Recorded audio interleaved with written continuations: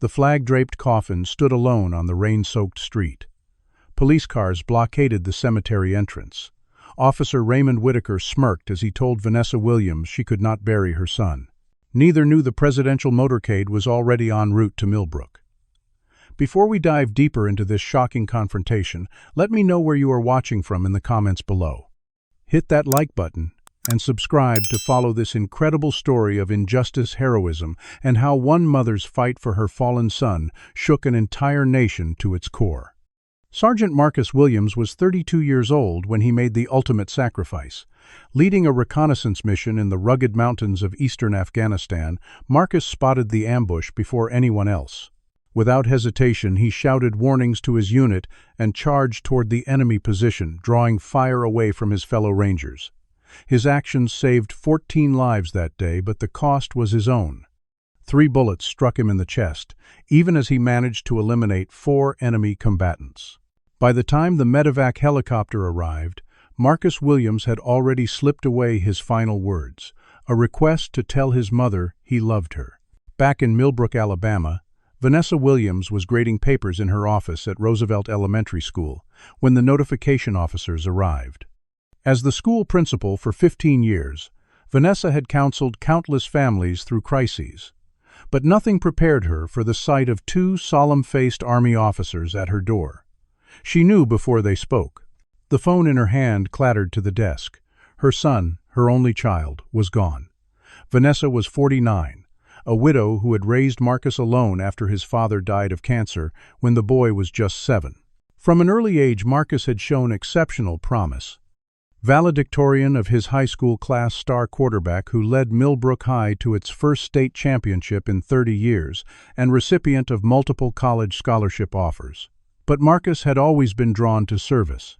His father had been a Gulf War veteran, and the stories of brotherhood and purpose had shaped Marcus from childhood. Despite Vanessa's initial reluctance, she supported his decision to enlist, watching with pride as he rose through the ranks, eventually joining the elite Army Rangers. Marcus had never forgotten where he came from.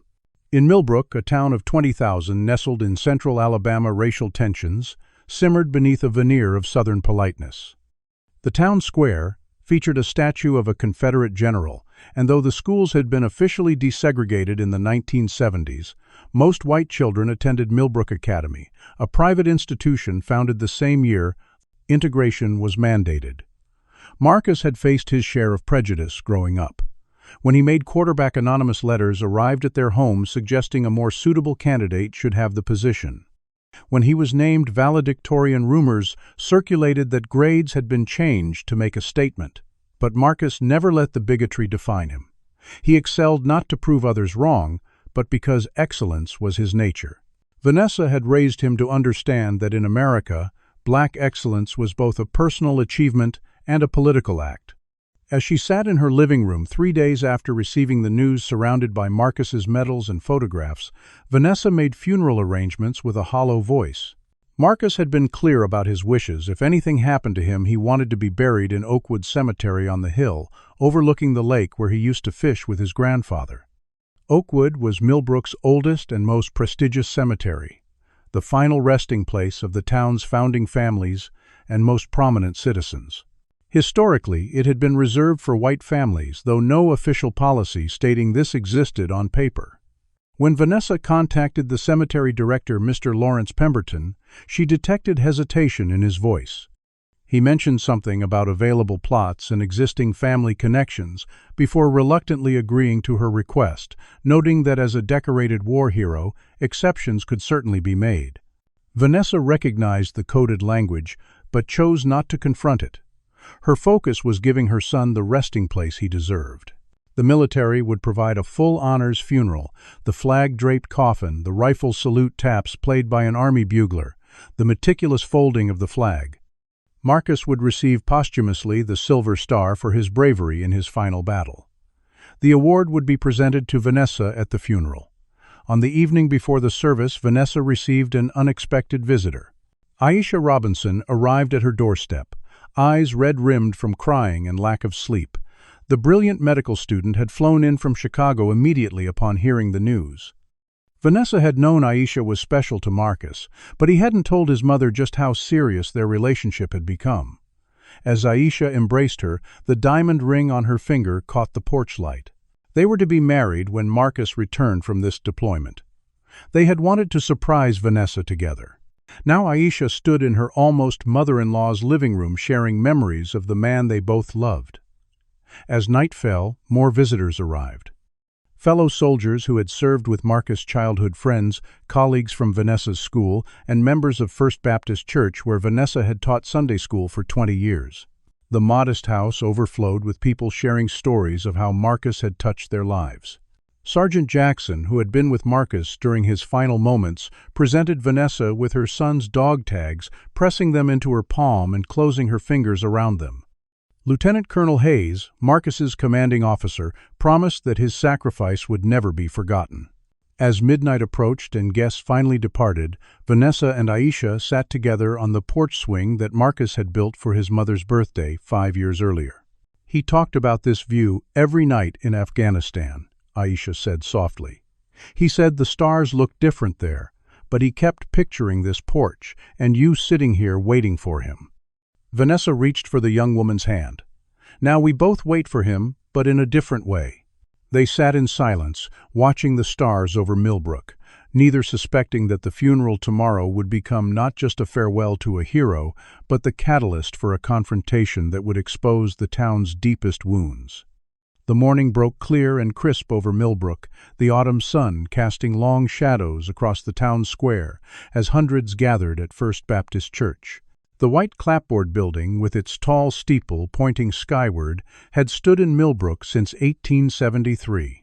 Its doors had once been closed to black worshippers, who built their own church, New Hope Baptist, on the other side of town. But times had changed, at least officially, and today the historic church overflowed with mourners of all races.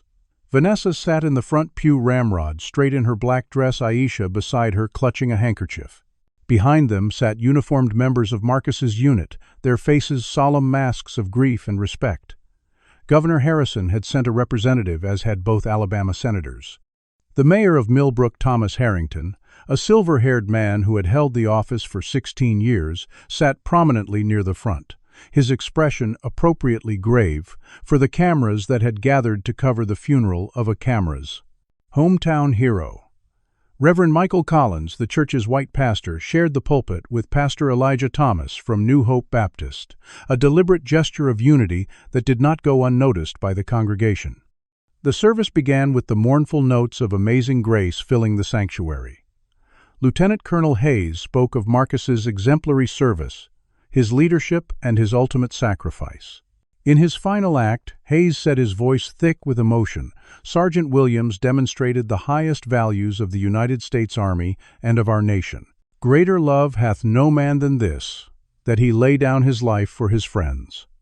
Marcus's childhood friend, Dr.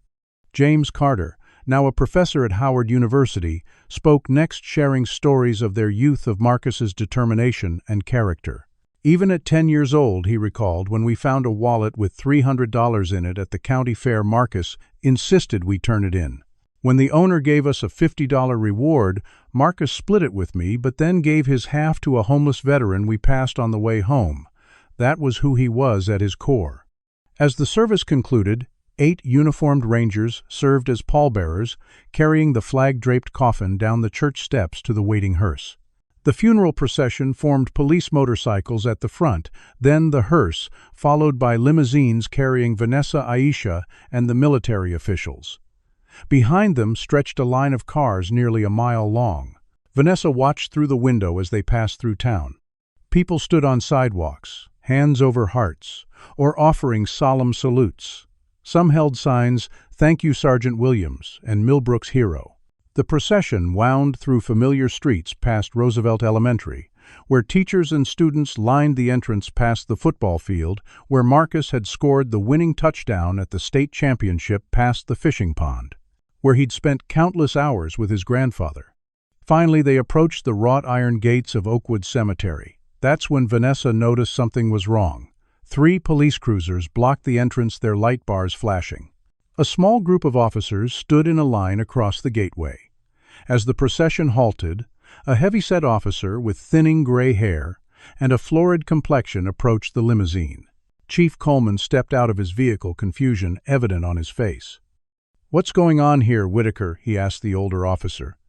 Officer Raymond Whitaker had served on the Millbrook police force for 30 years. He'd joined right out of high school following in his father's footsteps. The Whitakers had deep roots in Millbrook. His great-grandfather had owned the cotton plantation that once occupied the land where part of Oakwood Cemetery now stood. Raymond had seen his hometown change in ways that discomfited him. The old ways were being forgotten, traditions discarded. He'd been passed over for promotion to chief 3 times most recently, in favor of Richard Coleman, a younger officer who had actually gone to college and spoken about modernizing the department. Officer Whitaker straightened his back and addressed the chief with barely disguised insubordination. "There's been a misunderstanding about the burial arrangements, Chief. Mr. Pemberton contacted me this morning about an issue with the paperwork. He held up a folder. According to cemetery bylaws, this burial hasn't been properly authorized." Vanessa stepped out of the limousine, her face a mask of dignified disbelief. "What are you talking about? We finalized everything days ago." Officer Whitaker barely glanced at her. "Ma'am, there are procedures that must be followed. Oakwood Cemetery has certain traditions to uphold." The way he emphasized traditions made the subtext clear to everyone present. Lieutenant Colonel Hayes stepped forward, his voice tight with controlled anger. "Officer, we are burying a United States Army sergeant who died in service to his country. These delays are unacceptable and disrespectful." Whitaker's expression didn't change. "Military status doesn't override local regulations, sir. I'm just doing my job enforcing the rules." Aisha had begun recording the confrontation on her phone, capturing Whitaker's dismissive tone and body language. The funeral director, Mr. Wilson, a thin man with wire-rimmed glasses, approached with his copy of the burial authorization. "I have all the paperwork right here, Officer Whitaker. Everything was approved by Mr. Pemberton himself." Whitaker barely glanced at the offered documents. "These aren't the correct forms. The cemetery board has a special approval process for non-traditional burials." The silence that followed was deafening. Everyone understood what non-traditional meant in this context. Chief Coleman's face darkened. "Whitaker, I wasn't informed of any issue with this burial. Who from the board contacted you?" Before Whitaker could answer, Vanessa spoke, her voice carrying across the suddenly silent gathering. "My son died for this country. For all of us, including you, Officer Whitaker. He asked to be buried in the town he loved near the lake where he spent time with his grandfather. I will not take him anywhere else." The standoff continued for tense minutes. The hearse containing Marcus's body remained idling at the cemetery entrance. The hundreds of mourners who had followed the procession now stood watching the confrontation, murmurs of anger beginning to ripple through the crowd. Rain clouds had begun gathering overhead, as if the sky itself were responding to the tension below. Lieutenant Colonel Hayes made several phone calls, his expression growing increasingly frustrated. "This is a military funeral with federal authorization," he told Whitaker. "You don't have jurisdiction to interfere." Whitaker remained unmoved. "This is town property and local jurisdiction, sir. I respect your position, but the law is the law." As raindrops began to fall, Chief Coleman pulled Whitaker aside for a heated conversation, but when they returned, it was clear no resolution had been reached. Vanessa stood by her son's hearse, refusing to leave as the rain fell harder. Aisha continued recording, capturing every moment of the standoff that would soon shock the nation. What had begun as a hero's funeral was transforming into something else entirely, a public display of the racism that still festered beneath the surface of American society, even for those who made the ultimate sacrifice in its public display. Name. Do you think Officer Whitaker is acting alone, or is there something bigger happening in Millbrook? Comment number 1, if you believe there's a deeper conspiracy at work, or number 2, if you think this is just one man's prejudice. Don't forget to like this video and subscribe to follow this powerful story of a mother fighting for her son's dignity. How far would you go to defend your family's honor? Let's continue with what happens when this local incident catches fire nationally. Within 3 hours of Aisha posting her video, it had been viewed 1 million times. By nightfall, the count had reached 15 million. The footage was undeniable in its raw emotion. A grieving mother in the rain standing beside her son's flag-draped coffin being told by a smirking officer that her heroic son could not be laid to rest in the cemetery of his planned choosing. News networks picked up the story immediately. Fallen hero denied final. Rest scrolled across the bottom of screens nationwide. The hashtags number Let Marcus Rest and number Millbrook Shame trended globally. CNN sent a correspondent to Millbrook by evening. Fox News ran a segment where veterans of all races expressed outrage. MSNBC had a panel discussing the history of segregated cemeteries in America. Even international outlets picked up the story, with the BBC running the headline, U.S. Soldier Honored Abroad, Dishonored at Home. Vanessa Williams, who had always lived a private life devoted to education, and her son suddenly found herself the central figure in a national conversation about race, service, and respect. As the rain continued to fall in Millbrook, Marcus's coffin was temporarily moved back to Wilson's funeral home. Vanessa had refused all alternatives offered by flustered town officials, including burial at New Hope Baptist Cemetery or at the National Military Cemetery 2 hours away. "My son will rest where he chose to rest," she told reporters, in a brief statement that evening, her voice steady, despite her exhaustion. Marcus never compromised his dignity in life. I will not compromise it in his death. Behind the scenes, the situation in Millbrook was chaotic. Mayor Thomas Harrington called an emergency meeting with the town council, police chief Coleman, and cemetery board members. Mr. Pemberton, the cemetery director, claimed there had been no special paperwork required and that he had fully approved the burial. Officer Whitaker maintained that he had received a call that morning from a cemetery board member, alerting him to irregularities in the process, though he refused to name this person. Chief Coleman was furious both at the situation and at being blindsided by his subordinate. "You've embarrassed this department and this town," he told Whitaker in a closed-door meeting. "Give me one good reason why I shouldn't suspend you right now." Whitaker's response was telling, "You do that, and there are people in this town who will make sure you regret it." The mayor issued a carefully worded statement. "The city of Millbrook deeply regrets the unfortunate situation that occurred today. We are working diligently to resolve this misunderstanding and to ensure that Sergeant Williams receives the respectful burial he so richly deserves. We ask for patience as we sort through the confusion regarding cemetery protocols." The statement satisfied no one.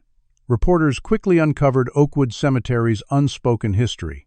Founded in 1862, the cemetery had originally been exclusively for white residents. No written policy had ever explicitly stated this, but for over a century not a single black person had been buried there. In the 1970s, when civil rights legislation made such exclusions illegal, the cemetery board had created complex legacy requirements that effectively maintained the status quo without explicitly mentioning race. To qualify for burial, one needed either family already interred there or approval from the board for exceptional community contribution. In practice, this latter clause had been invoked only a handful of times, and never for a black resident until now. Veterans organizations across the country expressed outrage. The American Legion National Commander issued a statement. "When a soldier dies in service to our nation, they have earned the right to be buried with honor wherever they choose. Sergeant Williams paid the ultimate price for our freedom. To deny him his final wish is to dishonor not just him but every person who wears or has worn our nation's uniform." The VFW, Iraq and Afghanistan Veterans of America, and numerous other organizations echoed these sentiments. Civil rights organizations mobilized as well. The NAACP announced they were sending representatives to Millbrook. The Southern Poverty Law Center offered legal assistance to Vanessa.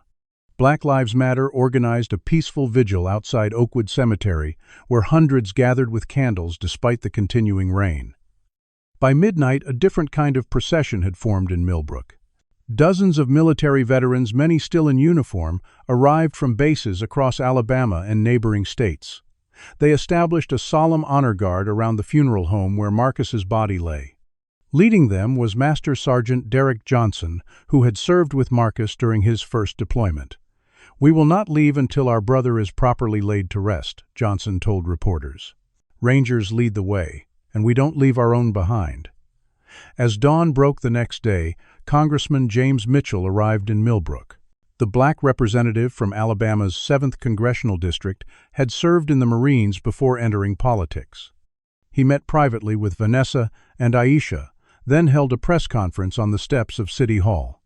"What we are witnessing in Millbrook is not an isolated incident or a misunderstanding," he stated firmly. "It is the persistence of systemic racism that says, even in death, even after giving his life for this country, a black man is still not equal. I have spoken with colleagues in Washington, and I assure you this injustice will not stand." Meanwhile, Aisha had given an interview that further galvanized public opinion. The poised medical student shared how she and Marcus had planned to marry upon his return, how they had dreamed of starting a medical clinic in underserved communities. "Marcus believed in this country's potential to be better," she said, tears streaming down her face. "He died defending an America that hasn't yet fully lived up to its promises, but one he believed was worth fighting for anyway." Her words, coupled with a photograph of her holding Marcus's posthumous Silver Star, became a powerful symbol of the controversy. As the story dominated, a second day of news cycles, pressure mounted on local officials. The mayor received thousands of emails and calls. Businesses in Millbrook reported cancellations and threats of boycotts. The police department was flooded with complaints demanding Officer Whitaker's termination. Yet something strange was happening in Millbrook's power structure. Despite the national outrage, Officer Whitaker remained on duty. The mayor, while publicly apologetic, took no concrete action to resolve the situation. Chief Coleman found himself oddly isolated his directives, questioned or delayed by bureaucratic obstacles. When he directly ordered the cemetery barricade removed, he discovered the officers assigned to the detail had been mysteriously reassigned by someone in the department. In the afternoon of the second day, Vanessa gave an interview that cut to the heart of the matter. Standing straight-backed outside the funeral home, her son's medals pinned to her black dress, she addressed the camera directly. "My son died for this country. Now this country won't even give him 6 feet of earth. If this is happening to a decorated soldier, imagine what happens every day to black Americans whose suffering isn't captured on video. Marcus would want his death to mean something. If that meaning is exposing the reality that so many wish to deny, then perhaps that is his final mission." Her words resonated across the country. By nightfall, even the White House press secretary had been asked about the situation, responding that the president was aware of the concerning reports from Millbrook and monitoring the situation closely. What Vanessa didn't know was that Congressman Mitchell had already made a direct appeal to the Oval Office, one that would set in motion events no one in Millbrook could have anticipated. Have you ever witnessed discrimination that shocked you into action? Comment number 1, if you've ever stood up against injustice, or number 2, if you wish you had done more in a similar situation. This story shows how quickly injustice can go viral in today's connected world. But what happens when the cameras turn away? Like and subscribe to follow Vanessa's fight for her son's dignity, and the shocking revelations still to come. Who do you think is really pulling the strings behind Officer Whitaker's actions? The answer might surprise you in our next segment. The third day of the standoff dawned with new revelations about Officer Raymond Whitaker. Investigative journalists had begun digging into his background, uncovering a pattern of racial incidents throughout his 30-year career. 3 excessive force complaints filed by black motorists had been quietly settled by the city. A fellow officer had reported him for using racial slurs over the police radio, but the complaint had mysteriously disappeared from his file. Former Mayor William Crawford, now in his 80s, recalled in an interview that Whitaker had been passed over for promotion multiple times due to concerning attitudes about certain segments of our community. But the most significant discovery came from an unexpected source. Darlene Matthews, a 60-year-old administrative assistant at the Millbrook County Courthouse, contacted the Birmingham News with documents she had secretly photocopied over the years. These records revealed that Officer Whitaker belonged to an organization called the Heritage Preservation Council, a group that did not appear in any public registry. The membership list included judges, police officers, business owners, and local officials from across Alabama and neighboring states. Among the names was Judge Clayton Burwell, a 72-year-old retired circuit court judge who still wielded enormous influence in county politics. According to Matthews, the group met monthly at Burwell's hunting lodge outside town. She had processed expense reports and venue reservations for these meetings, coded as community development consultations. While officially described as a historical society, Matthews had overheard enough conversations to know their true purpose, maintaining traditional power structures and community standards across the region. The Birmingham News published a detailed exposé connecting the Heritage Preservation Council to numerous instances where civil rights initiatives had been quietly undermined throughout the state. School integration plans that were mysteriously defunded, housing developments in historically white neighborhoods that faced unprecedented regulatory hurdles when purchased by black developers, civil rights complaints that disappeared from court dockets. The pattern was subtle but unmistakable once revealed. As this information became public, Pastor Elijah Thomas of New Hope Baptist Church reached out to Vanessa. The 65-year-old minister had served his congregation for over 40 years and was a respected elder in Millbrook's black community. "There's something you need to see," he told her, driving her to the oldest section of the New Hope Cemetery. There he pointed to a modest headstone, Walter Williams, 1926 to 1969. "Your father-in-law," Pastor Thomas said quietly, Marcus's grandfather.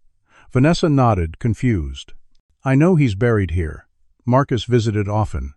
What you don't know is that Walter wanted to be buried at Oakwood," Pastor Thomas continued.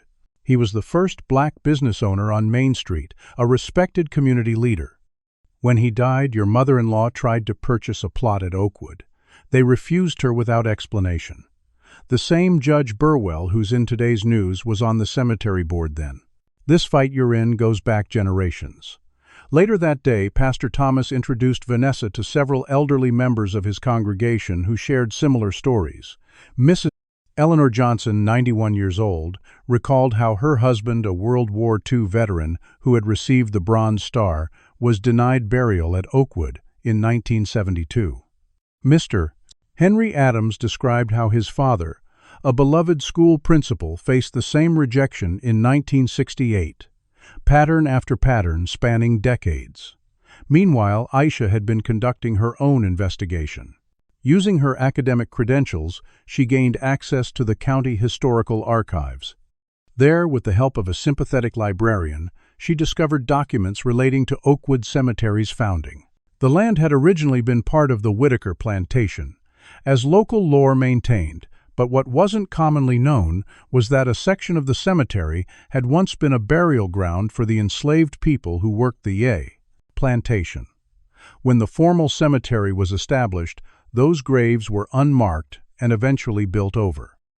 Furthermore, Aisha found evidence that much of the cemetery's initial construction had been done by black laborers, some of whom were likely burying their own ancestors without knowing it.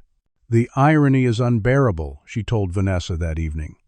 "They built the cemetery they weren't allowed to be buried in on top of their own people's graves." As these revelations spread, the battle lines in Millbrook became increasingly clear. What had initially seemed like one officer's prejudice now appeared to be part of a larger, more entrenched system. Yet the exposure also created unexpected alliances. Several white veterans who had come to support Marcus broke away from their units to stand vigil at the unmarked section of Oakwood where enslaved people had been buried. 3 white members of the cemetery board publicly resigned in protest, stating they had never been informed of the special protocols Whitaker had cited. The town itself became physically divided. Barricades went up around Oakwood Cemetery, now guarded by officers loyal to Whitaker. The funeral home where Marcus's body lay was protected by a growing contingent of veterans and community supporters. City Hall found itself caught in the middle with demonstrators on both sides demanding action. Mayor Harrington, increasingly nervous about the national spotlight, tried to broker a compromise. A special section of Oakwood would be designated for military heroes of all backgrounds. Vanessa rejected the offer immediately. "My son will not be segregated in death," she stated firmly. "He will be buried where he chose with the dignity he earned, or he will not be buried in Millbrook at all." That night, anonymous threats were called into the funeral home and to Vanessa's house. The words were familiar to anyone who knew the history of racial intimidation in America. "Know your place. This isn't over. Accidents happen." Chief Coleman assigned officers to protect Vanessa and Aisha, but he couldn't be certain of their loyalties given what had been revealed about the department. Congressman Mitchell arranged for federal marshals to supplement the protection. Behind closed doors, Judge Burwell called an emergency meeting of his network at his hunting lodge. According to a server who later spoke to investigators, the judge was furious about the leaks, but confident in their ability to weather the storm. "We've outlasted worse," he reportedly told the gathered members. "This will blow over like everything else. The national media will find a new story. The politicians will move on, but we remain as we always have." What the judge didn't know was that one of his most trusted allies was beginning to doubt. Police Chief Richard Coleman had joined the Heritage Preservation Council 5 years earlier, believing it to be primarily a business networking group with some focus on historical preservation. Gradually, he had realized its true nature, but had maintained his membership, fearing the professional consequences of leaving. Now, watching the organization close ranks around Whitaker's indefensible actions, Coleman faced a moral reckoning. After leaving the meeting, he made a phone call to an old friend from the police academy who now worked for the FBI. The next morning, as Marcus Williams entered his 4th day in limbo, an unexpected development occurred in Washington, D.C. Congressman James Mitchell was granted an urgent meeting at the White House, where he presented the full details of the Millbrook situation directly to President Eleanor Richardson. What happened in that meeting would change everything, not just for Vanessa and Marcus, but for Millbrook and potentially for the nation's ongoing struggle with its racist past. The battle over one soldier's final resting place was about to receive the highest possible attention, catching Judge Burwell's network completely by surprise. President Eleanor Richardson sat in the Oval Office, her reading glasses perched on the end of her nose as she reviewed the briefing documents Congressman Mitchell had provided. At 58, Richardson had made history as America's first female president elected, after serving as vice president and before that as a decorated Army colonel with combat experience in Iraq and Afghanistan. Known for her direct, no-nonsense approach, the president had made civil rights enforcement a cornerstone of her administration. As she finished reading, she removed her glasses and fixed Congressman Mitchell with a penetrating gaze. "This is verified, all of it." Mitchell nodded solemnly. "Yes, Madam President. I've personally reviewed the evidence. The situation is exactly as described." The president stood and walked to the window, looking out at the White House lawn. Her mind flashed back to her own military service, particularly to Captain Marcus Johnson, a black soldier who had saved her life during an ambush outside Fallujah. Johnson had returned home to Mississippi with a Purple Heart and Bronze Star, only to face discrimination when applying for jobs and housing. He had eventually taken his own life, a loss that had profoundly affected Richardson and influenced her political career. "James," she said, turning back to the congressman, "I want daily briefings on this situation. And tell my staff to clear my schedule for tomorrow. I'm going to Millbrook." Her chief of staff, David Keller, who had been silently taking notes during the meeting, looked up in alarm. "Madam President, with all due respect, Alabama is a deeply red state. Your appearance could be perceived as federal overreach and might inflame tensions further. Perhaps a statement from the White House would be more prudent." The president's expression hardened. "David, a soldier who died for this country, is being denied the dignity of burial because of the color of his skin. This isn't about politics. It's about who we are as a nation." She turned back to Congressman Mitchell. "I'll be in Millbrook tomorrow. Make the arrangements." Meanwhile, in Millbrook, the situation had become increasingly tense. Opposing demonstrations faced off across the town square. On one side, supporters of Vanessa and Marcus, including veterans, civil rights activists, and community members, both black and white. On the other, a smaller but vocal group defending Millbrook traditions and states' rights, led by several prominent business owners with connections to Judge Burwell. Officer Whitaker had become increasingly defiant. In a statement released through his newly hired attorney, he claimed he was being persecuted for following proper procedures and that outside agitators were using the situation to attack our way of life. The statement prompted immediate backlash, with many pointing out the loaded history of the term outside agitators in Southern resistance to civil rights. Judge Burwell and his network had launched a coordinated counter-campaign. Local talk radio hosts sympathetic to their cause began questioning Marcus's service record, suggesting that his heroism had been exaggerated for political purposes. Anonymous flyers appeared around town highlighting minor disciplinary infractions from Marcus's high school years, attempting to tarnish his image. A whisper campaign suggested that Vanessa was being manipulated by radical elements seeking to erase Millbrook history. These tactics backfired spectacularly when Lieutenant Colonel Hayes called an impromptu press conference with 4 Rangers who had served alongside Marcus. With barely contained fury, they described in detailed, sometimes graphic terms, exactly how Marcus had saved their lives. Hayes then took the extraordinary step of revealing classified details of the operation, having received special permission from the Department of Defense. Sergeant Williams intercepted and eliminated 4 enemy combatants who were preparing to ambush our position with a heavy machine gun. Despite being critically wounded, he continued to provide covering fire so the rest of the unit could reach safety. He knew the action would likely cost him his life, and he did it anyway. Anyone questioning his heroism is not just wrong, they're dishonoring every soldier who has ever served this nation. The testimony silenced the rumors about Marcus's service, but Judge Burwell's network quickly pivoted to attacking Vanessa instead. Meanwhile, Aisha faced a different challenge. As the days passed, she worked with medical professionals to ensure Marcus's body was properly maintained during the delay.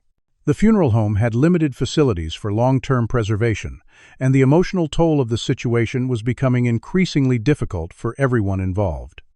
The veterans maintaining their vigil outside refused to leave, but were showing signs of fatigue. The eyes of the nation remained fixed on Millbrook with continuous news coverage and social media attention. Celebrity athletes and entertainers began speaking out, many offering to pay for alternative arrangements if necessary. Several prominent civil rights attorneys offered their services pro bono. A GoFundMe campaign to support Vanessa and cover potential legal costs surpassed $1 million in less than 2 days. Late in the afternoon, a ripple of shock spread through Millbrook as news broke that President Richardson would visit personally the following day. The White House statement was direct and unambiguous. President Richardson will travel to Millbrook, Alabama tomorrow to address the ongoing situation regarding the burial of Sergeant Marcus Williams and to ensure that this decorated soldier receives the honor and respect his service demands. The announcement sent Judge Burwell's network into crisis mode. Emergency meetings were called. Phones rang constantly between connected officials across the state. Burwell himself placed calls to senators and congressional representatives with whom he had cultivated relationships over decades, seeking intervention to prevent the presidential visit. None were returned. For the first time, the judge realized that his influence might have limits. Mayor Harrington, seeing which way the wind was blowing, began carefully distancing himself from Officer Whitaker and the cemetery board. In a hastily arranged press conference, he expressed full support for the president's visit and a commitment to resolving this unfortunate situation in a manner that respects Sergeant Williams and brings healing to our community. Chief Coleman, meanwhile, received a call directly from the Secret Service advance team coordinating security for the presidential visit. When he informed Officer Whitaker that he would be reassigned away from the cemetery during the president's visit, Whitaker exploded in anger. "You can't do this to me. I've got support in this town you can't imagine. One call from me and your career is over." Coleman regarded his subordinate coolly. "Make your call, Ray.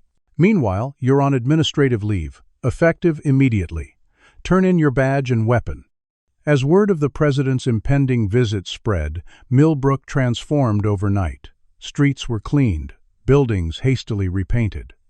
The national media presence, already substantial, doubled in size. Secret Service agents arrived to secure locations the president might visit. The mayor's office was inundated with requests from citizens and business owners wanting to meet the president. Judge Burwell retreated to his hunting lodge, furiously working the phones attempting to rally his network to present a united front, but cracks were already appearing. Several members concerned about potential federal scrutiny began quietly distancing themselves. Others, seeing the public relations disaster unfolding, calculated that their best move was to support the burial and claim they had been misrepresented by Whitaker's actions. As night fell over, Millbrook Vanessa sat on her porch with Aisha and Pastor Thomas, discussing the sudden development. "I never wanted any of this," Vanessa said softly. "I just wanted to bury my son with dignity." Pastor Thomas patted her hand gently. "Sometimes, Vanessa, our personal grief becomes something larger than ourselves. Marcus gave his life for a cause greater than himself. Now in death he's still fighting for justice. That's a powerful legacy." As they talked, a Secret Service detail arrived to brief Vanessa on the president's visit. Agent Sarah Jenkins explained that the president wished to meet privately with Vanessa before any public statements or actions. "She wants to pay her respects to your son first and foremost," Jenkins explained. "Everything else is secondary." Across town, Officer Whitaker sat alone in his living room, staring at his badge on the coffee table. His phone had been ringing constantly, mostly reporters, but also members of the Heritage Preservation Council, seeking assurances that he wouldn't implicate them if investigations deepened. For the first time, Whitaker felt abandoned by the network he had trusted for decades. His certainty began to waver as he contemplated the full weight of the President of the United States, focusing on his actions. The night passed tensely in Millbrook, with few sleeping soundly. By dawn, the presidential motorcade was already on its way from Montgomery, where Air Force One had landed. The sleepy Alabama town was about to face a reckoning decades in the making, catalyzed by one mother's refusal to accept injustice, even in her deepest grief. 23 black SUVs and police motorcycles rolled into Millbrook at precisely 9:30 in the morning, their arrival, transforming the small Alabama town into the center of the national spotlight. Crowds lined Main Street, held back by barricades and a mix of local police, state troopers, and Secret Service agents. American flags fluttered from lampposts and buildings, hastily hung the previous evening in anticipation of the presidential visit. News helicopters circled overhead, broadcasting live as the motorcade made its way through town. President Eleanor Richardson sat in the back of her armored limousine, reviewing briefing notes one final time. She had chosen to wear a simple dark blue suit with an American flag pin, and her own military service pins a deliberate choice to emphasize that this visit transcended politics. It was about service sacrifice and the fundamental promises America made to those who defended it. The motorcade bypassed City Hall, where the mayor and town officials waited nervously, instead proceeding directly to Wilson's funeral home. This unscheduled change, decided by the president herself, sent a clear message about her priorities. The Secret Service had secured the building and surrounding area hours earlier. As the president's vehicle pulled up, only Vanessa Williams, Aisha Robinson, and Pastor Thomas stood waiting at the entrance, along with the funeral director. President Richardson emerged from her vehicle and walked directly to Vanessa. There were no cameras present for this moment by presidential order. The two women regarded each other briefly before the president extended her hands to take Vanessa's. "Mrs. Williams," she said, her voice low and sincere, "I am so deeply sorry for your loss. Sergeant Williams' sacrifice will never be forgotten, and the disrespect shown to him and to you is unacceptable. I'm here to ensure he receives the honor he has earned." Vanessa, maintaining the dignity she had shown throughout the ordeal, nodded.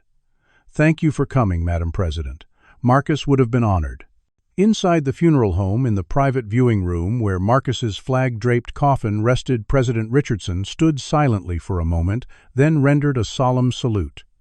She turned to Vanessa and Aisha. "I'd like to hear about him. Not the soldier, but the man you knew and loved." For the next 45 minutes, in that quiet room, far from cameras and microphones, the President of the United States listened as a mother and fiancé shared memories of Marcus Williams. They spoke of his laugh, his dreams for the future, his passion for mentoring young people, his proposal to Aisha during a sunrise hike. The president shared her own experiences of loss and service, creating a moment of genuine human connection amid the political storm raging outside. When they emerged, the president's expression had hardened with resolve. Her next stop was Millbrook City Hall, where she had requested a meeting with all relevant officials, including Mayor Harrington, Police Chief Coleman, and Officer Whitaker.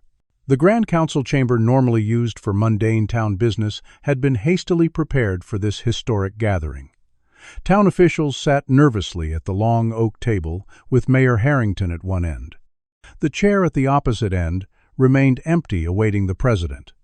Officer Whitaker had initially refused to attend, but relented after his attorney advised that defying a presidential request could have serious consequences. He sat stiffly in his uniform, despite being on administrative leave, his face a mask of defiance. Judge Burwell was notably absent, having declined the invitation, citing a prior commitment, though everyone knew it was to avoid direct federal scrutiny. When President Richardson entered, everyone stood. She took her seat and gestured for others to sit, then placed a folder on the table before her. "I'll be direct," she began, her voice calm but steely. "What has happened in Millbrook is not just a local issue or a misunderstanding. It represents a failure to honor the most basic promise we make to those who serve this nation, that their sacrifice will be respected." She turned her gaze to Officer Whitaker. "Officer, I'd like to hear directly from you. On what grounds did you prevent a decorated soldier's funeral procession from entering Oakwood Cemetery, Whitaker, perhaps believing he still had the protection of Judge Burwell's network, straightened in his chair? "Madam President, with all due respect, I was following established protocols for the cemetery. There are traditions and standards that must be maintained for the integrity of our community." "What traditions would those be?" "Exactly," the president asked, her gaze unwavering. Whitaker hesitated, then continued with growing confidence. "Oakwood Cemetery has historically been reserved for families with established roots in Millbrook. It's about preserving our heritage and the character of our community." "And by character, you mean the cemetery's racial composition," the president stated flatly. It wasn't a question. Whitaker's face flushed. "I'm not a racist, if that's what you're implying. This is about respecting the wishes of the families who have entrusted their loved ones to Oakwood for generations." President Richardson opened her folder and removed several documents. "Officer Whitaker, are you familiar with Title VII of the Civil Rights Act, or perhaps more relevantly with federal laws prohibiting discrimination in any facility receiving federal funds or tax exemptions, which Oakwood Cemetery does?" Before Whitaker could respond, the president continued, "I've brought Attorney General Michaels with me today." She nodded to a stern-looking woman seated to her right who had been quietly observing. "The Department of Justice is opening a civil rights investigation into this incident and into the broader patterns of discrimination in Millbrook institutions." The announcement sent a visible shock through the room. Mayor Harrington, seeing his political future crumbling before his eyes, quickly interjected. "Madam President, please understand that Officer Whitaker's actions do not reflect the official position of Millbrook. We are committed to justice and equality for all our citizens, including Sergeant Williams and his family." The president regarded him coolly. "Yet Officer Whitaker remains on your police force despite numerous documented incidents of racial bias. And until today, no official action had been taken to resolve this situation." She turned back to Whitaker. "Officer, I've reviewed your service record. There are 7 complaints of excessive force against black citizens, 3 incidents of documented racial slurs, and now this. The pattern is clear." Whitaker, his confidence crumbling, looked around for support and found none. Mayor Harrington was studiously avoiding his gaze. Other officials looked at their hands or papers before them. Only then did Whitaker realize how quickly power could shift, how the network he had trusted for protection had abandoned him at the first sign of real consequences. After the meeting, President Richardson held a press conference on the steps of City Hall. With Vanessa Williams standing beside her, the president addressed the nation. "Today I stand in Millbrook, Alabama, not just as president, but as a fellow soldier who understands the sacred bond we share with those who serve alongside us. Sergeant Marcus Williams gave his life protecting his unit, embodying the highest values of our nation. The treatment his family has endured is unacceptable and un-American. She announced an executive order strengthening protections for military burials and equal access to all cemeteries receiving federal funds or tax exemptions. This order ensures that no family will ever again have to fight for their loved one's right to a dignified burial regardless of race, religion, or background. The President then personally ordered the removal of the blockade at Oakwood Cemetery and announced she would attend Marcus's burial ceremony the following day. As she spoke, federal agents were already serving warrants at Judge Burwell's hunting lodge and at the homes and offices of several members of the Heritage Preservation Council.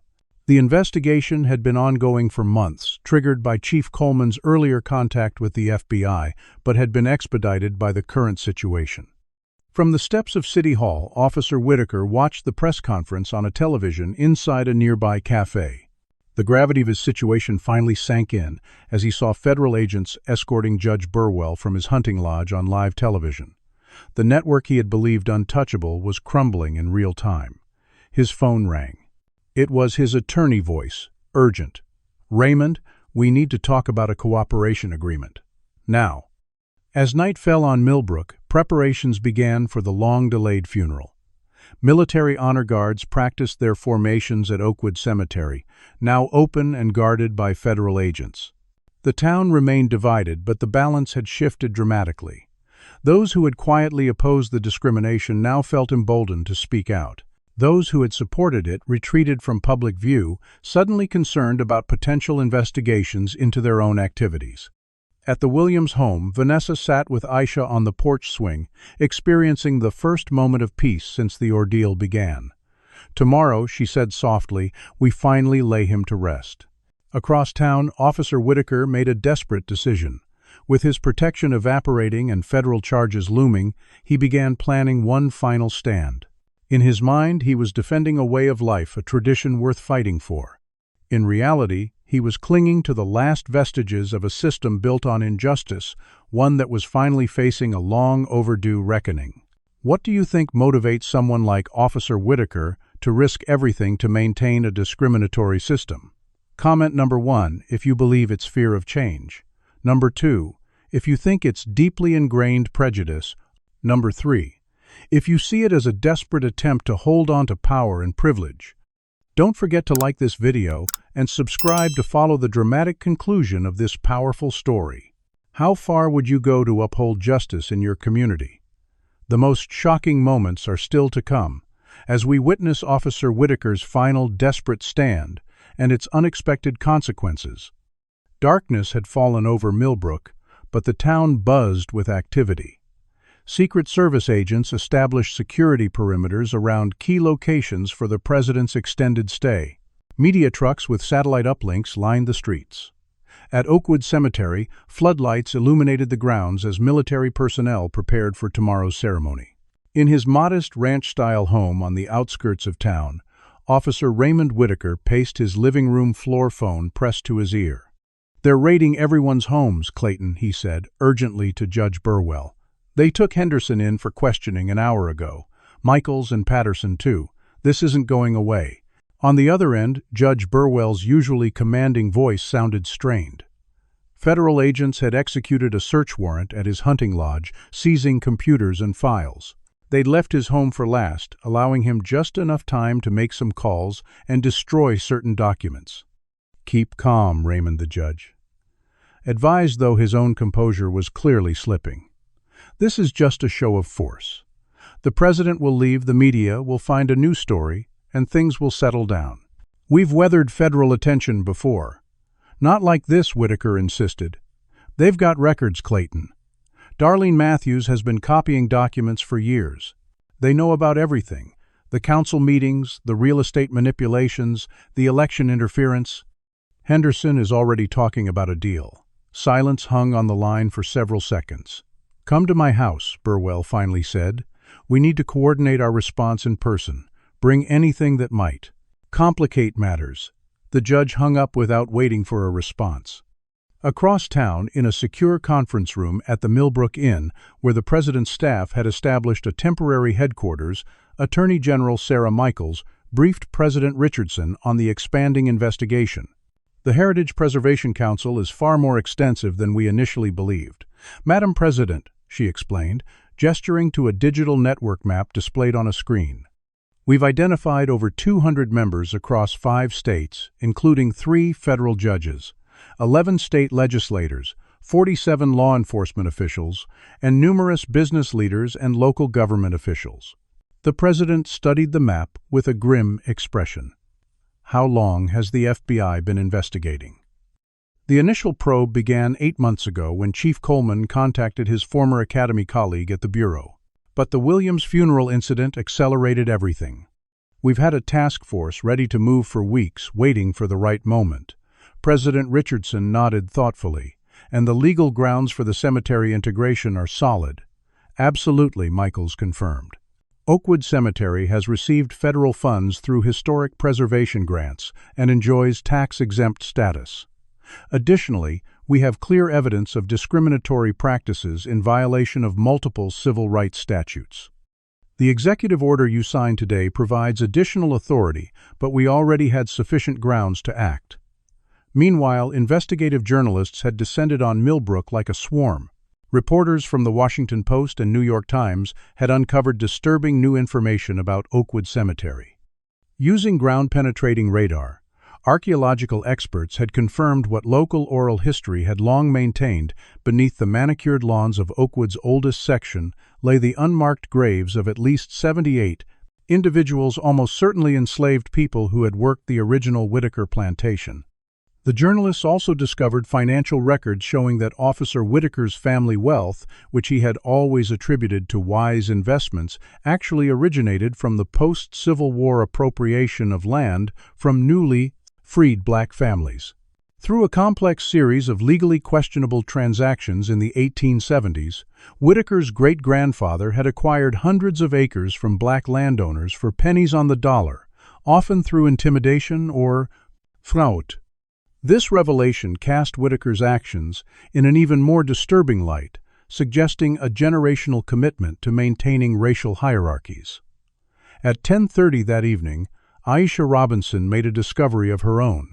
Working with a volunteer legal team that had offered assistance, she found documents in the county archives revealing that Marcus's grandfather, Walter Williams, had actually purchased a plot in Oakwood Cemetery in 1967. The purchase had been properly recorded but was later administratively canceled by the cemetery board with no refund issued. The board meeting minutes from that time show Judge Burwell, then a young attorney, had advised on the legality of the cancellation. Aisha immediately shared this information with Vanessa and the legal team. This isn't just about Marcus anymore, Vanessa realized. This is about decades of systematic exclusion and injustice. The night took a darker turn just before midnight when Pastor Elijah Thomas was attacked outside his church.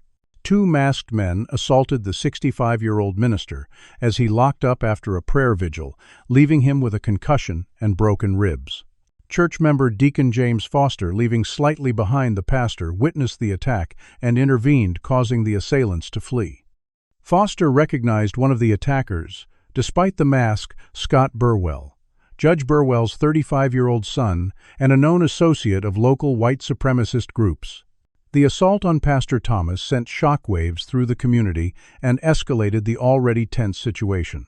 President Richardson, informed of the attack while meeting with her security team, refused suggestions to cut her visit short for safety reasons. "I will not be intimidated, and neither will this community," she stated firmly.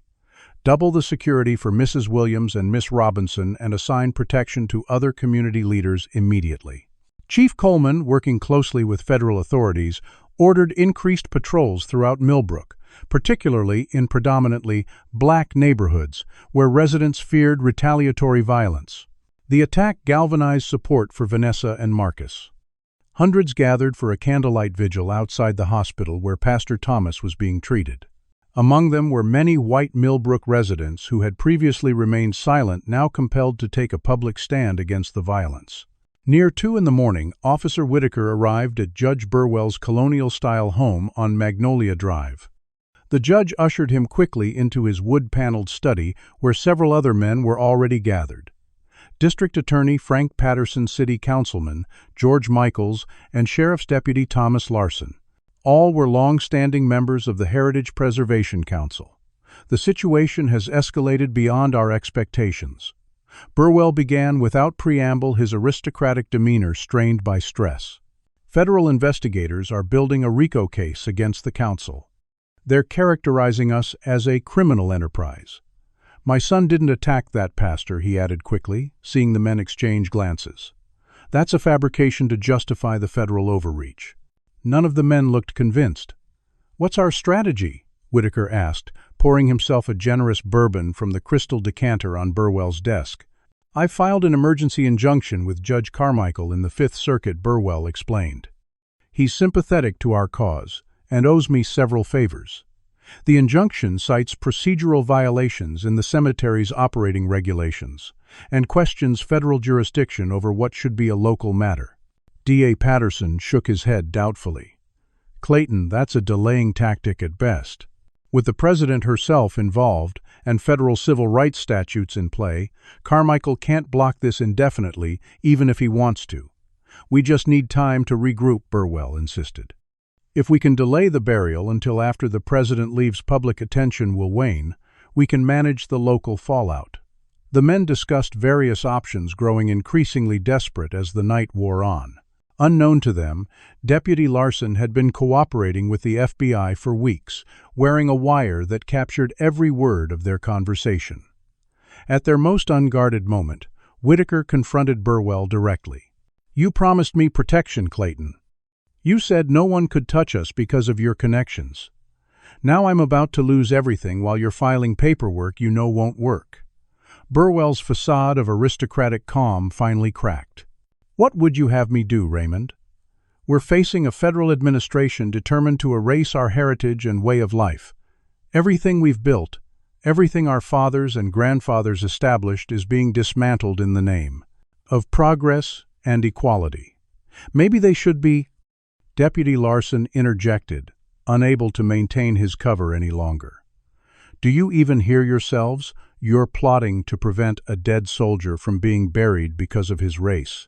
What heritage is that protecting? The room fell silent as the men stared at Larson in shock. Burwell recovered first. Tom, you've clearly been misled by all this political theater. We're simply trying to maintain proper procedures and respect for traditions. Save it, Clayton, Larson said, standing and moving toward the door. I've heard enough, and so has the FBI. He pulled open his shirt to reveal the wire. You've been recorded for the past 2 hours, discussing obstruction of justice, conspiracy, and civil rights violations. It's over. The room erupted in chaos. Patterson lunged for Larson, but was pushed aside. Whitaker reached for his service weapon before remembering it had been surrendered. Burwell shouted threats about ruined careers and political consequences. None of it mattered. By sunrise, Judge Burwell's emergency injunction had been rejected by a higher court. FBI agents had arrested Scott Burwell for the assault on Pastor Thomas. The legal obstacles to Marcus's burial had been completely cleared. At Oakwood Cemetery, final preparations were underway for the ceremony later that morning. The area had been secured by federal agents and military police. Honor guards rehearsed their solemn duties as the first light of dawn illuminated the rolling grounds. Everything seemed finally in place for Marcus Williams to receive the dignified burial he deserved. But Officer Whitaker, having slipped away during the chaos at Judge Burwell's home, had one final desperate plan.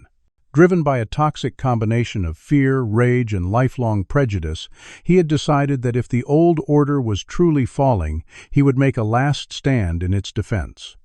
He contacted a small group of like-minded individuals, mostly former police officers and private security personnel with military backgrounds. By 7:30 that morning, they had gathered at Whitaker's home, armed and resolute in their misguided cause. They've betrayed everything our community stands for. Whitaker told the group of 8 men. Today we show them that some traditions won't be surrendered without a fight. None of them realized that one of their number had already alerted authorities to the gathering, troubled by the increasingly violent rhetoric. As the town of Millbrook awoke to what should have been a day of resolution and healing, the stage was instead set for a potentially violent confrontation that no one had anticipated. The question now was not whether Marcus Williams would finally be laid to rest with honor, but whether more blood would be shed before that could happen.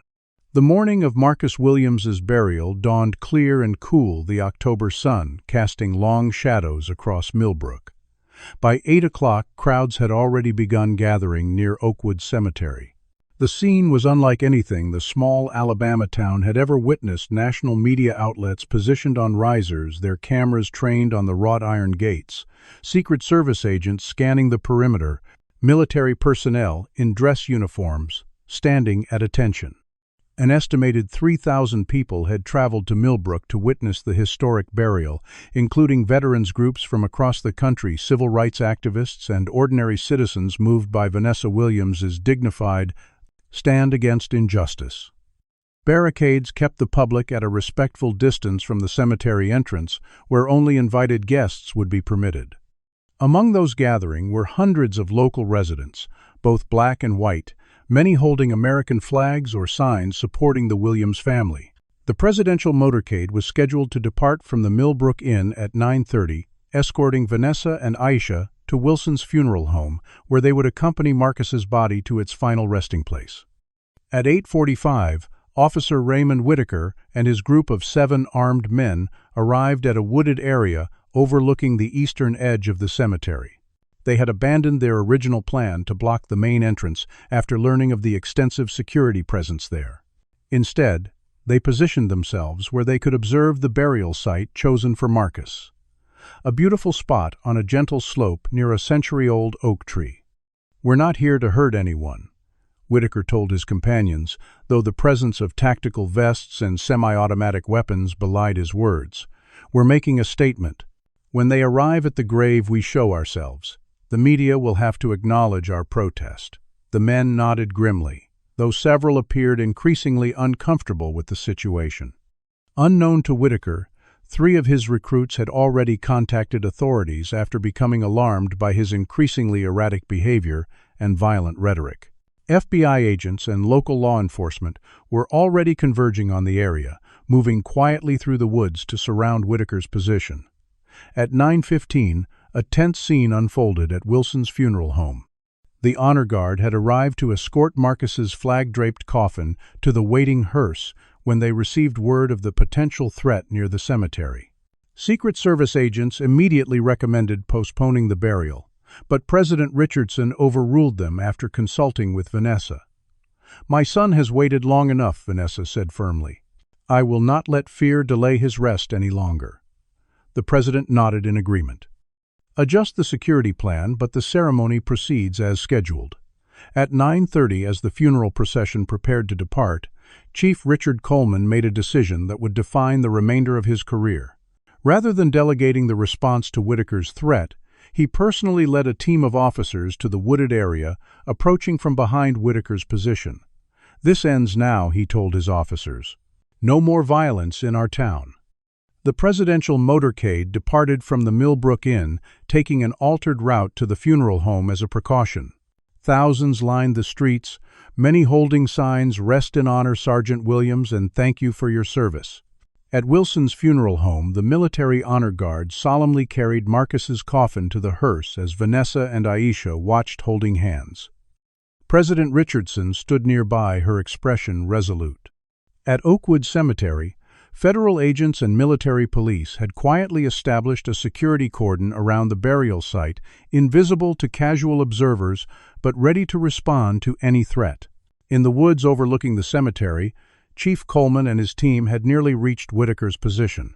They moved silently through the underbrush, close enough now to hear Whitaker's voice as he gave instructions to his men. "When they reach the grave, we move to the ridgeline. Make sure your flags are visible. This is about making a statement showing that we won't be intimidated by federal overreach." The funeral procession departed from Wilson's funeral home at 9:45, led by police motorcycles with lights flashing. The hearse carrying Marcus's body followed, then limousines with Vanessa, Aisha, and President Richardson.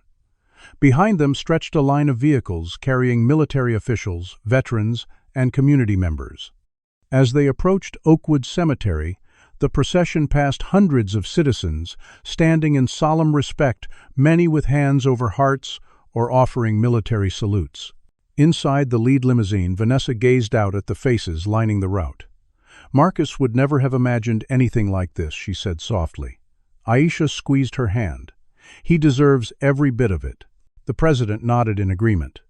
"Your son's legacy will extend far beyond today, Mrs. Williams. Sometimes it takes one person's unwavering dignity to reveal the changes still needed in our nation." At 9:50, the procession reached the gates of Oakwood Cemetery. The same entrance where Officer Whitaker had blocked their path days earlier now stood open with an honor guard waiting at attention. As the vehicles entered the cemetery grounds, Chief Coleman and his team made their move in the wooded area overlooking the burial site. "Police, drop your weapons," Coleman shouted as his officers surrounded Whitaker's group, weapons drawn. Most of Whitaker's men immediately complied, raising their hands in surrender. But Whitaker himself turned toward Coleman, his expression a mixture of rage and betrayal. "You," he spat. "You're one of them. You sold out everything this town stands for." Coleman kept his weapon trained on his former officer. "I stand for justice, Raymond, for equal treatment under the law, for honoring those who serve this country regardless of their race. Drop the weapon, now." For a terrible moment, it seemed Whitaker might raise his rifle. Time stretched as the two men locked eyes across the clearing. Then something in Whitaker seemed to collapse. The fight drained from him as the reality of his situation became clear. He lowered his weapon and placed it on the ground. "You've destroyed everything," he said bitterly, as Coleman approached to handcuff him. "No," Raymond, Coleman replied, securing the restraints. "You did that yourself." As Whitaker and his men were led away through the woods, the funeral procession reached the burial site. 8 uniformed rangers served as pallbearers, carrying Marcus's coffin with practiced precision. They placed it on the mechanical lowering device beside the open grave, its polished surface reflecting the morning sun. Hundreds of invited guests had gathered standing in respectful silence as Vanessa and Aisha were escorted to their seats. President Richardson took her place nearby, alongside military officials and dignitaries. The ceremony proceeded with the solemn dignity of a military burial. The chaplain offered prayers, speaking of sacrifice and eternal rest. Lieutenant Colonel Hayes delivered a moving tribute to Marcus's courage and character. President Richardson then rose to speak, her voice carrying clearly across the hushed cemetery. "Sergeant Marcus Williams embodied the highest ideals of our nation," she began. "He gave his life protecting his fellow soldiers, demonstrating a love and commitment that transcends all boundaries we create between us. The struggle to bring him to this final rest has exposed wounds in our national fabric that we must acknowledge and heal." She spoke of the ongoing fight for true equality, of the progress made, and the distance still to travel. Let this sacred ground, once a symbol of division, now become a beacon of unity and justice. Let Sergeant Williams' legacy include not just his heroism in battle, but the change his memory has inspired here at home. As the President concluded her remarks, Vanessa rose to place her son's medals atop his coffin, the Silver Star, the Purple Heart, the Army Commendation Medal. Her hand lingered on the polished wood. "Rest now, my son," she whispered. Aisha stepped forward next, placing a single white rose beside the medals. She leaned close to the coffin and spoke words meant only for Marcus. "We will name him after you." The military honors continued, the rifle salute cracking sharply in the morning air, the haunting notes of taps played by an army bugler, the meticulous folding of the flag that had draped Marcus's coffin. The flag was presented to Vanessa with the traditional words, "On behalf of a grateful nation." As the ceremony concluded, 4 F-16 fighter jets from the Alabama Air National Guard roared overhead in the missing man formation, one aircraft pulling away to symbolize the fallen soldier.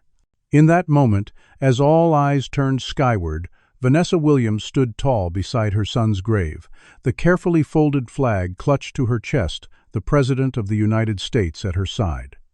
It was an image that would appear on front pages across the country the following day, a powerful symbol of both loss and victory, grief and vindication.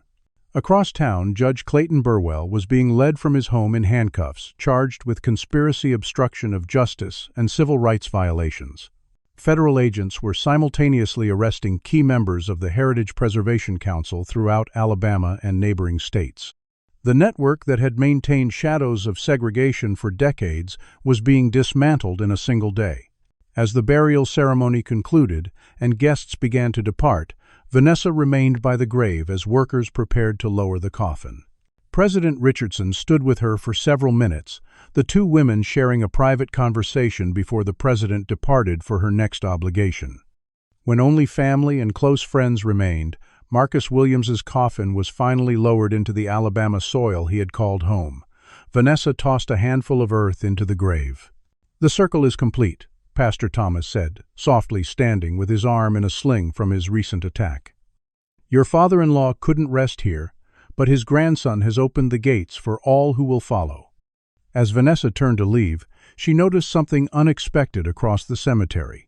Watching from a respectful distance stood the families of several Heritage Preservation Council members, including Officer Whitaker's wife and teenage son. Their presence was not a protest, but appeared to be an acknowledgement, perhaps even the beginning of understanding. The burial of Sergeant Marcus Williams had become more than a funeral. It was a turning point for Millbrook, and a powerful reminder to the nation that the journey toward justice remained unfinished but ever advancing. The image of Vanessa Williams standing tall at her son's grave, refusing to accept anything less than full dignity for her child, would inspire many who faced their own battles against discrimination in the years to come. 6 months after the burial of Sergeant Marcus Williams, Millbrook, Alabama, was a town transformed. The events surrounding his funeral had triggered changes few could have imagined possible in such a short time. The federal investigation into the Heritage Preservation Council had expanded to encompass 5 states, resulting in over 70 indictments for charges ranging from civil rights violations to racketeering, fraud, election tampering, and corruption. Former Judge Clayton Burwell now awaited trial from a federal detention center. His reputation and influence shattered. His extensive financial holdings had been frozen, and investigators had uncovered offshore accounts containing millions in questionable funds. Raymond Whitaker had accepted a plea deal, agreeing to testify against his former associates in exchange for a reduced sentence. From his prison cell, he had written a letter to Vanessa Williams, attempting to explain his actions. She had read it once, then filed it away, neither accepting nor rejecting his belated apology. "Understanding comes before forgiveness," she had told Aisha. "I'm still working on the understanding part." Police Chief Richard Coleman had emerged as an unexpected hero in the aftermath. His years of quietly gathering evidence against the Heritage Preservation Council while maintaining his cover within the organization had provided prosecutors with invaluable intelligence. President Richardson had personally commended him during a return visit to Millbrook, and he now led workshops for law enforcement agencies across the country on recognizing and combating systemic racism within their departments. Millbrook's city government had undergone a complete overhaul. Mayor Harrington, though never directly implicated in criminal activity, had resigned in disgrace when his awareness of the Heritage Preservation Council's activities became public. A special election had resulted in the town's first black mayor, Dr. James Carter, Marcus's childhood friend, who had spoken at his funeral. His administration had launched a comprehensive review of all town policies and practices, with an eye toward identifying and eliminating discriminatory elements. Vanessa Williams had established the Sergeant Marcus Williams Foundation with a portion of the donations that had poured in from across the country. The foundation focused on 2 primary missions, supporting veterans transitioning to civilian life and advancing racial justice initiatives. Its first major project had been a scholarship program for minority students pursuing careers in public service. Vanessa herself had become a powerful voice in the ongoing national conversation about race. She had testified before Congress in support of the Sergeant Marcus Williams Equal Dignity Act legislation aimed at strengthening civil rights protections and enforcement. Her quiet dignity and moral clarity had made her an effective advocate, someone whose personal sacrifice gave weight to her words. Oakwood Cemetery had undergone its own transformation. Following archaeological confirmation of the unmarked graves of enslaved people in its oldest section, the cemetery board had commissioned a memorial acknowledging this history. The simple granite monument bore the inscription, "In memory of the unnamed men, women, and children who rest here without marker or recognition. Their labor built this community. Their humanity was denied in life. We honor their memory now." More significantly, the cemetery's restrictive policies had been completely overhauled. A new board representative of the town's diverse population ensured that Oakwood was truly open to all Millbrook residents. In the 6 months since Marcus's burial, 12 Black families had laid loved ones to rest there, ending generations of segregation even in death. Aisha Robinson had completed her medical studies, graduating with honors, despite the emotional trauma of the previous year. True to her promise, she had returned to Millbrook to establish a community health clinic serving underserved populations. The Sergeant Marcus Williams Memorial Clinic provided care regardless of ability to pay, addressing the healthcare disparities that had long plagued the region. 3 months after Marcus's burial, Aisha had given birth to a healthy boy. Marcus Williams Jr. had his father's eyes and his mother's determined expression. Vanessa had moved into a larger home with Aisha, the two women raising Marcus's son together, ensuring he would know the father who had sacrificed everything for his country. On a warm April morning exactly 1 year after Marcus's death in Afghanistan, Vanessa visited his grave at Oakwood Cemetery. She brought fresh flowers and a small American flag, arranging them carefully beside the polished headstone. The military issue marker had been supplemented by a larger monument funded by donations from veterans groups. It depicted a soldier helping a fallen comrade with Marcus's name, rank, and honors inscribed below. As Vanessa knelt to clear away some fallen leaves, she noticed other flowers already placed at the grave, a simple arrangement of white roses with no card. The cemetery groundskeeper later told her they had been left by Elizabeth Whitaker and her son Officer Whitaker's family. Similar arrangements had appeared at the graves of other Black veterans recently interred at Oakwood, silent gestures of acknowledgement and perhaps reconciliation. As Vanessa stood by her son's grave, her phone rang. It was a Washington, D.C. number she now recognized. Mrs. Williams' President Richardson's voice came through clearly. "I wanted you to be the first to know. The Sergeant Marcus Williams Equal Dignity Act passed the Senate an hour ago. It's going to my desk for signature tomorrow." Vanessa closed her eyes, emotions washing over her. "Thank you, Madam President. Marcus would be proud. No, Mrs. Williams. Thank you. Your courage made this possible. Your son's legacy will help ensure that other families don't face what you endured." After ending the call, Vanessa remained at the grave a while longer, thinking about the journey of the past year.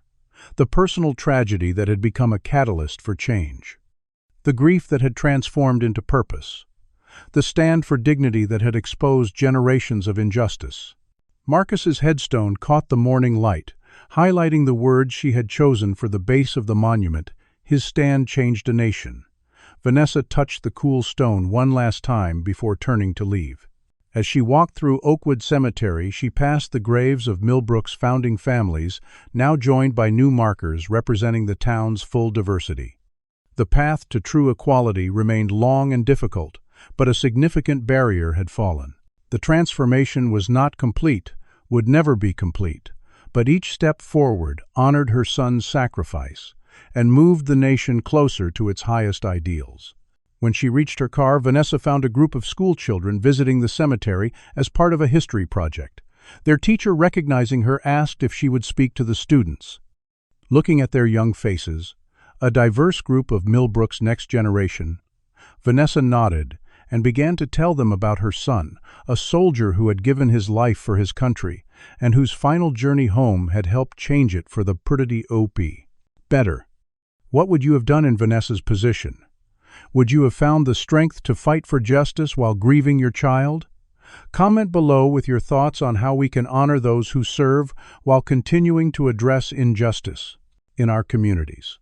If this story moved you, please like, subscribe, and share it with others who need to hear this powerful message about standing up for dignity and equality even in our darkest moments. Thank you for joining me for this incredible true story of courage, sacrifice, and transformation.